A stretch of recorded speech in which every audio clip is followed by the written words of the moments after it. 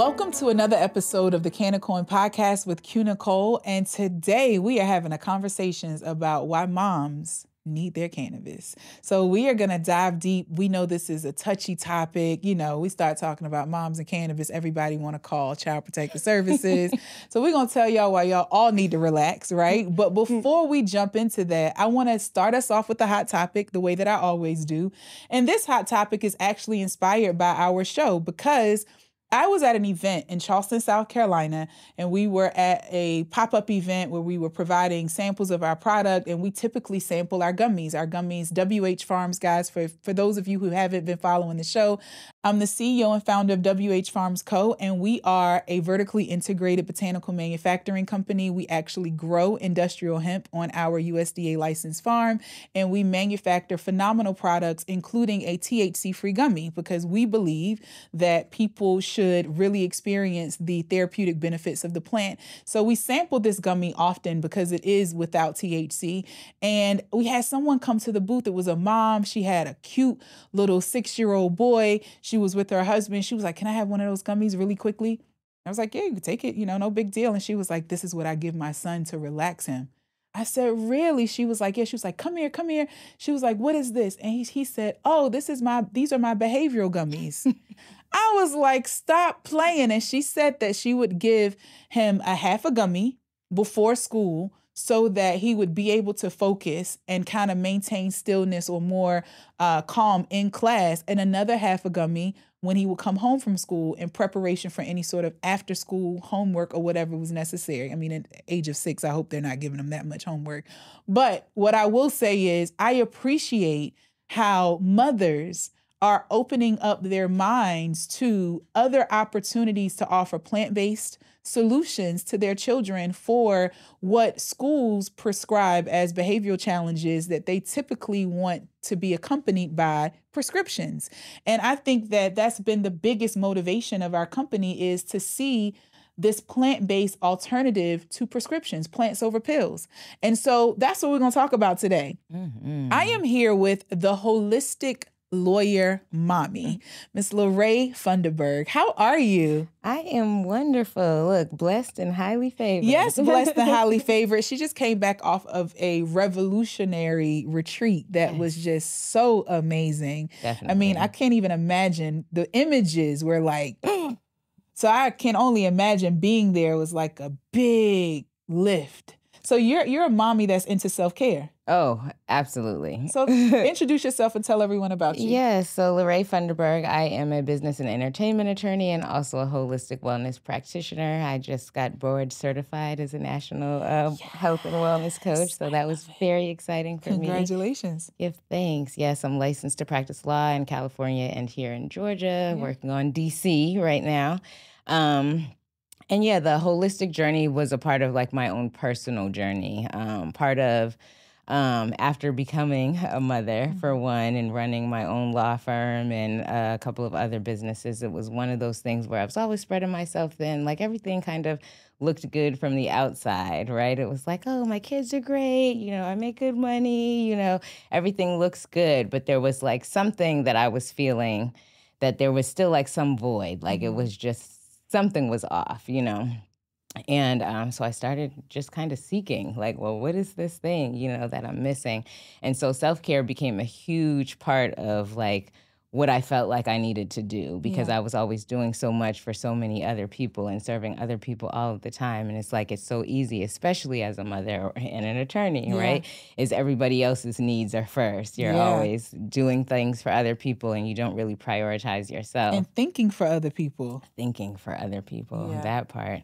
And so I decided to make a commitment to really like pour into myself in the same way that I pour into my children and into my clients, and make myself a priority. I built myself a folder, a file. I'm like, you know what? You are going to be your highest, you know, priority client.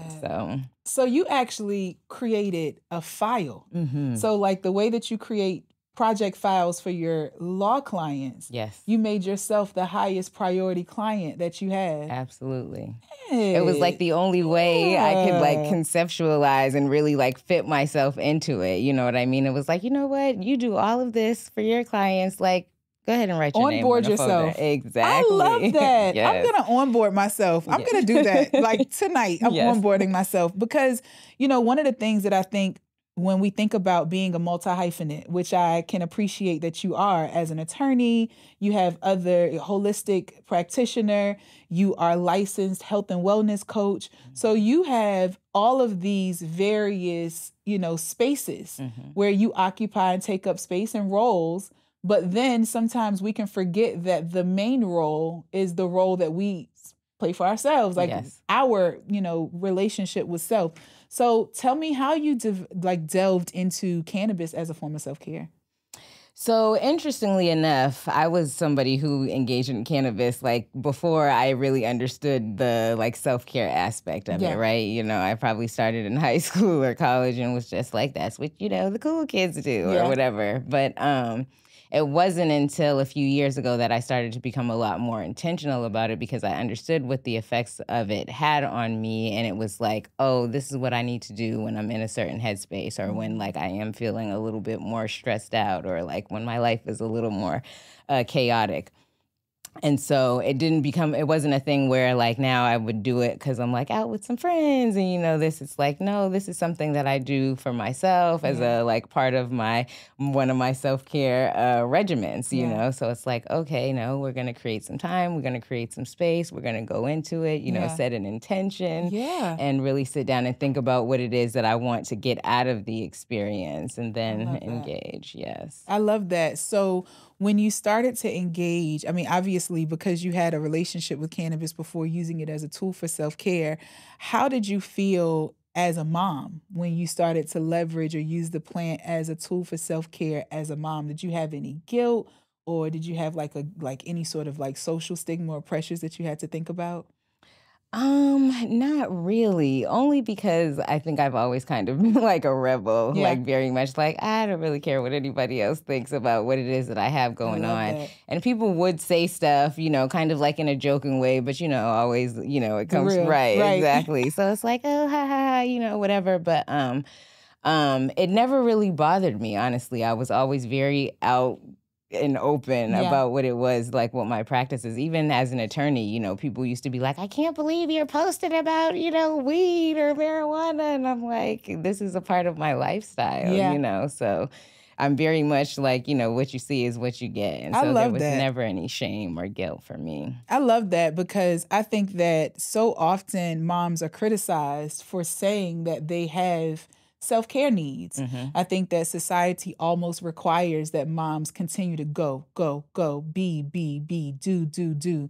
And what I particularly like is that I found that a number of mothers who consume find that they're more present, find that they're able to manage. So tell me about that experience as a consumer. Are you feeling that it helps you with parenting? Oh, absolutely. So I'll say it's funny. So when I was pregnant with my son, I remember, so he's 10 now, but I remember doing a lot of research because I was like, one thing I was always very serious about was like being a mom. That was like my goal in life, right? Not an attorney, not, you know, like anything else. It was like, I'm going to be a mother, you know?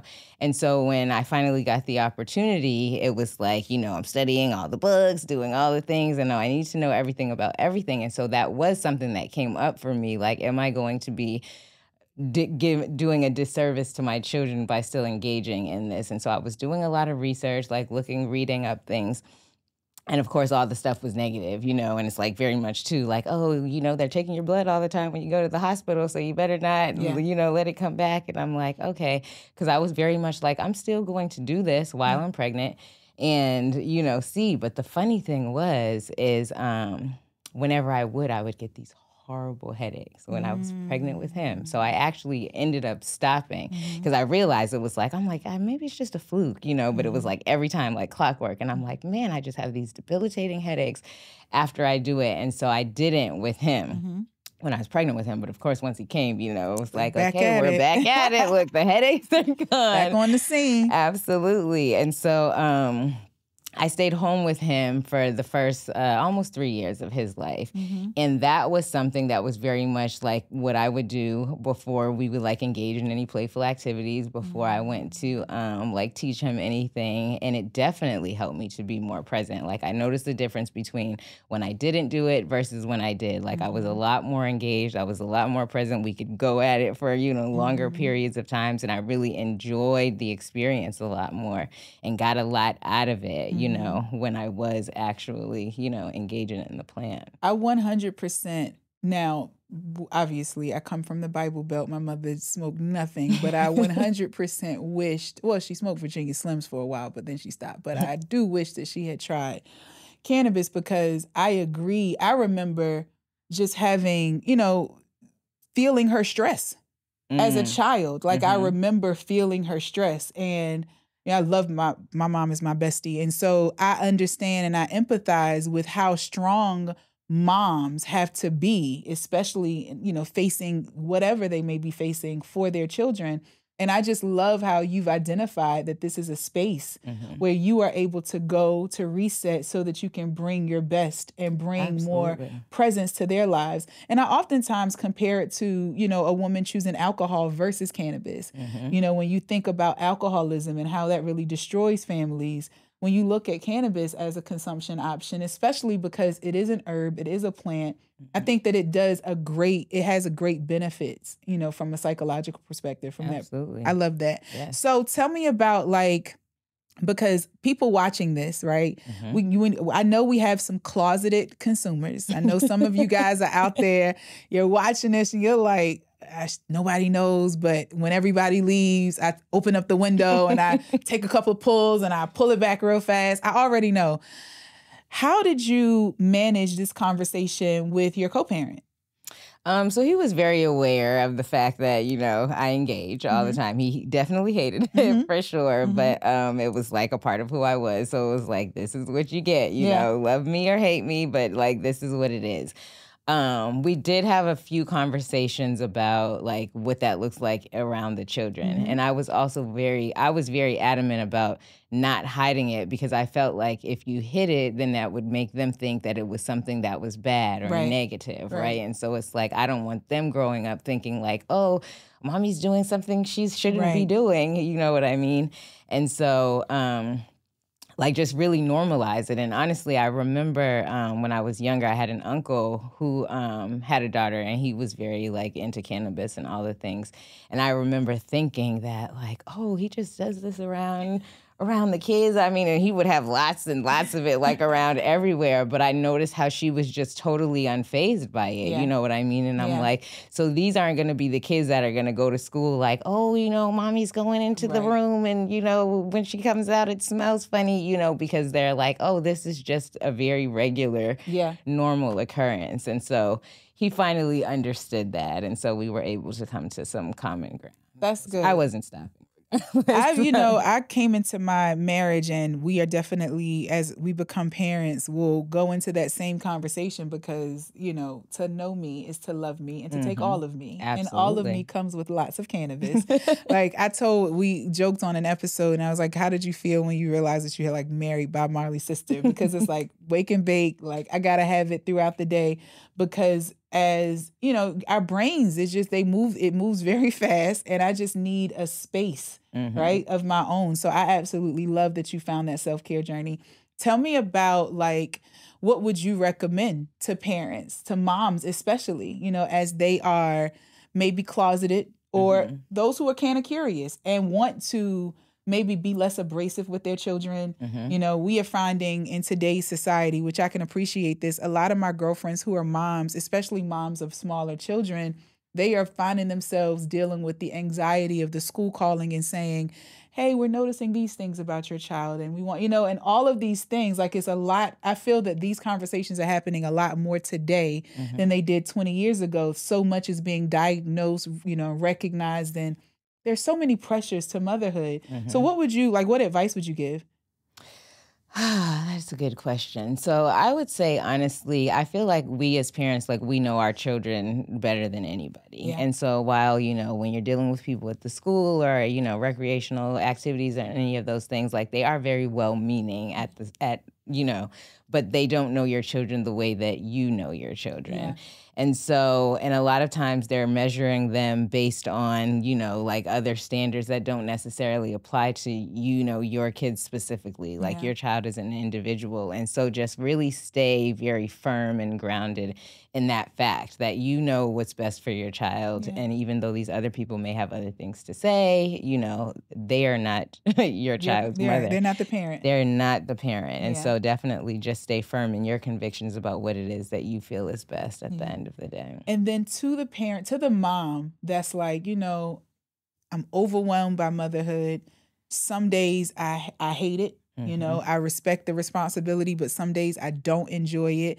And I wish I had a way to have an outlet. What would you share with them as it relates to your awareness of how cannabis has helped you from a self-care perspective? I would definitely advise for them to, make time and space, even outside of the cannabis, like make time and space for themselves. Like for me, when I first started on my self-care journey, I understood my life to be like, as soon as the world wakes up, my life almost doesn't even belong to me at that point. I'm mothering, I'm lawyering, I'm doing all of the things. And so I started waking up at 4:00 in the morning and getting my day started then. So it was at least between the hours of 4 to 6, everybody else, no one's bothering me. The world is asleep, and I'm this is actually my time to think, read, meditate, journal, whatever it is, and really just get prepared for the day because, when 6:30 rolls around, those kids wake up, it's nonstop until you put them to bed. Exactly. So to really just create time and space for yourself, for one, and figure out, I think nowadays, and that was what I was going to mention before, the transition, the difference between when I had my son versus when I had my daughter. I remember doing the same research all over again because I was like, oh, no, and I didn't get the headaches with her, though. So I was able to, I was like, for some reason, the boy didn't like it, but she was with it. And so I was able to do it during my pregnancy with her, but I was doing the research again, and it was a total shift, but it was because also medical cannabis had become a thing. So now it's all the articles and stuff I'm reading are the benefits, and we've done these studies, and now it's great, and blah, blah, blah. And I'm it was just a total 180. And I'm this is actually very insane to me. It is, right? Because I'm it's the same plant that has been around since, the beginning of time, but it's because of that connotation that was associated with it before, say 10 years ago versus now, we make it a legitimate business and people are, so it's now we have to put good stuff on the web about it. And so, it's one of those things where it's you really just have to make the decision for yourself because the world is going to do what it's going to do, but that has absolutely nothing to do with what actually the plant is actually capable of doing, right? And it's because all those benefits were always there. Always there. Always there. And that's, I think, the reason why, so many of us, including you, are so passionate about destigmatizing the work that you do across the entertainment platforms, your work as a lawyer. I love how you represent and you stand for the destigmatization and the normalization of this plant and this consumption and really seeing all of the benefits, whether recreational or therapeutic, that exist. One of the things that I was always intrigued by is breastfeeding and the fact that our breast milk has cannabinoids anyway. As a matter of fact, that's what makes breast milk amazing. It's the fact that it has those cannabinoids. Did you find that, or did you find during your research that consuming helped to produce or magnify anything in sort of but did you find that at all? No, I didn't. I was not a big, I remember because breastfeeding was I'm I can't wait. I'm and I thought I was going to be one of those women who got the boobs. I didn't get the boobs and I wasn't leaking the milk and I wasn't stocking up on milk and freezing it or anything. It was I literally breastfed both of my children. There was no pumping. There was no, because I felt like I only made enough to do, Defeating. just that. Exactly. And so I didn't have that experience at all. I'm like, maybe my titties are too little. No. All titty sizes matter. So the beautiful thing, though, there's a nurse out of Philly that we interviewed on one of our virtual conferences, the Elevated Educator Conference. Check it out. And she talked about how when she was breastfeeding or prior, while she was carrying, the doctor, she put it on all of her medical records, and she wanted to demonstrate that she could actually, it would enrich her breast milk. And because of the consumption she consumed, not only through smoking, but also tincture. Okay. And she said that she was like, if I'm going to provide them with cannabinoids naturally, then why don't I amp them up by adding more to it? Yes. It's like, that's the spirit. So I love that. So any regulations, any concerns as you've dealt with like schools, like what conversations would you have with parents who do consume and with them having school-aged kids, or even in your experiences going through the doctor's visits as a mom? How I've heard in certain states that they could be so anal toward it that they could really bring in like criminal. Yeah. So tell me, and you're an attorney, so we can have those types of conversations. So let's talk about that. So interestingly enough, so when I had the same OBGYN for both of my children, and we had a close relationship. She was kind of young, about my age, and like kind of new in her medical career when I was pregnant. And so I used to have very candid conversations with her about all of that stuff. And she was very receptive, and honestly, she had told me that a lot of times when they're doing the testing, like they're not looking for that. Like, so she was like, that's one of the things, like you don't really have to worry about it, because it's like, even if they suspected you to be like doing something on drugs, they're not testing for marijuana. Exactly. And then she also said that there's like a certain level of it, to the extent that they would be testing for it. It's like they're looking for a certain, like if it's under a certain amount, it's not even going to show up on the blood test. So it's like, she's like, whatever it is that you're doing, I'm sure you're fine. Like, so you don't really have to worry about that. And so that gave me like a level of like confidence of like, oh, okay, we'll be good for sure.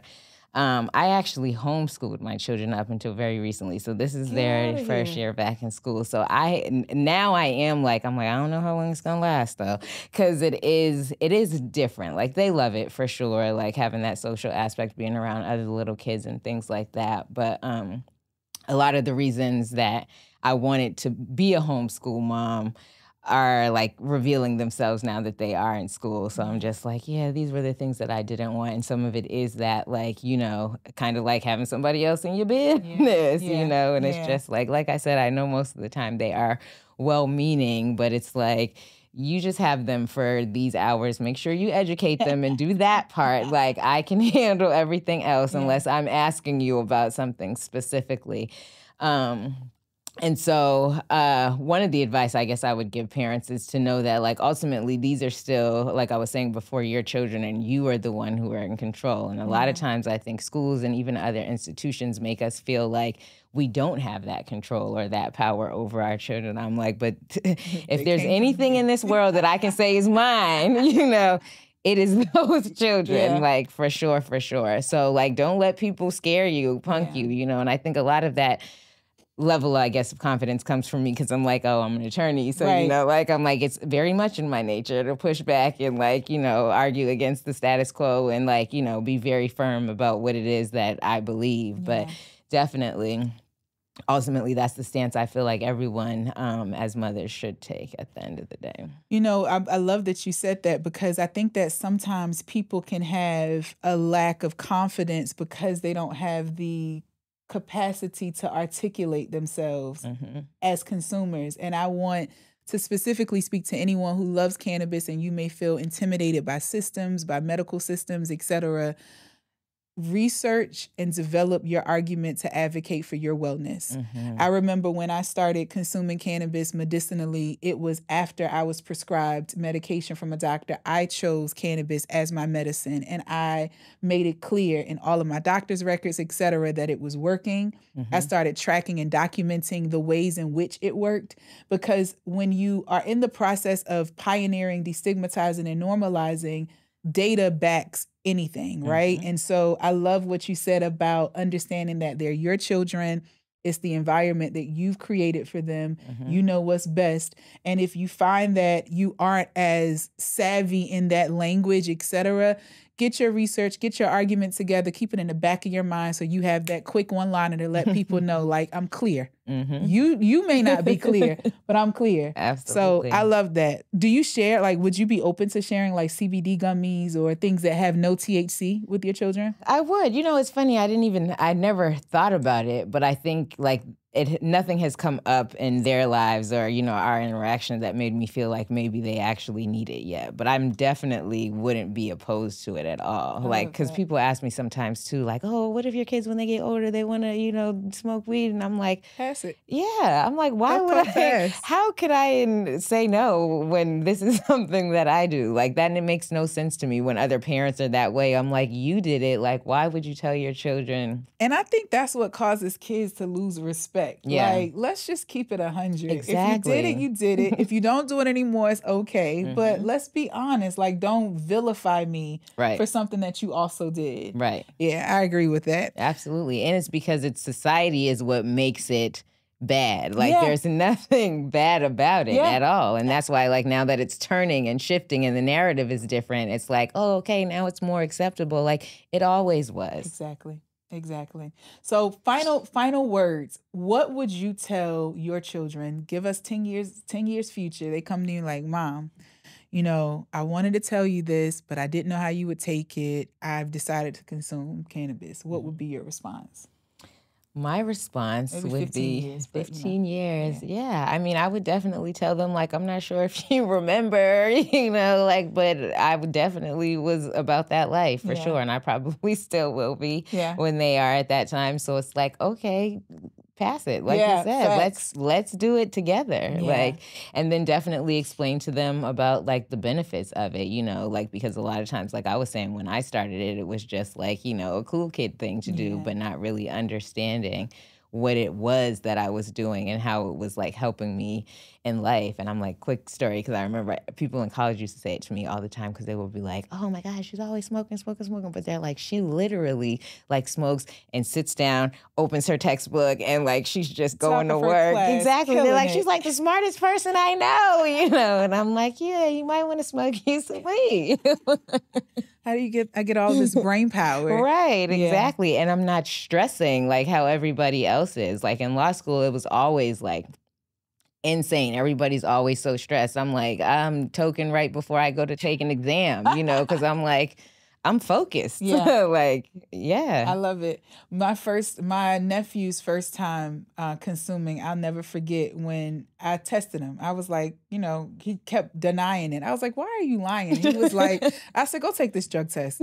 And he's like, I said, go take the test. And when it came back, I was like, so now let's talk about where you getting it from. Like, what type is it? Do you realize there are different versions of this? That part. How much money are you spending a week? I wanted to talk about the lifestyle part of it. Like, let's just not go broke behind it. But if you're going to do it, consume responsibly. Absolutely. I'm big on that. Absolutely. Lerae, thank you. Absolutely. I know that you are phenomenal, like Black excellence personified. Thank you. With all of the things. So tell us about, you know, tell people how they can find you. Tell them about your law practice. I know that you also represent influencers and brands in this space. So please allow this platform to celebrate you in this moment. Absolutely. So you can find me on Instagram at Holistic Lawyer Mommy. My firm website is funderburglaw.com. My wellness website is elevatelegally.com.